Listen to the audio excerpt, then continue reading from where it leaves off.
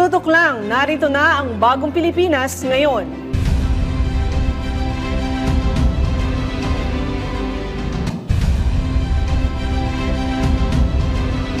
Nilagdaan ni Pangulong Ferdinand R. Marcos Jr. ang Republic Act No. 12199 o ang Early Childhood Care and Development System Act.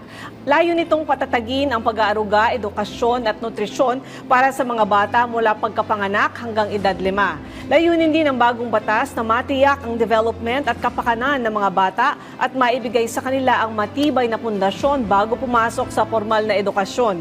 Isa ito sa mga prioridad na inirekomenda ng Second Congressional Commission on Education o EDCOM 2 upang palakasin ang sistema ng edukasyon sa bansa. Sa ilalim ng batas, ang Early Childhood Care and Development o ECCD Council ang mangunguna sa pag-aalaga sa mga bata na wala pang 5 taon, habang ang Department of Education naman ang mangangasiwa sa mga may edad 5 hanggang 8. Pinalakas din ng batas ang inklusibong edukasyon para sa mga may kapansanan at itinakda ang malawakang koordinasyon sa pagitan ng mga ahensya ng pamahalaan at mga lokal na unit para maipatupad ang mga programa sa bawat komunidad.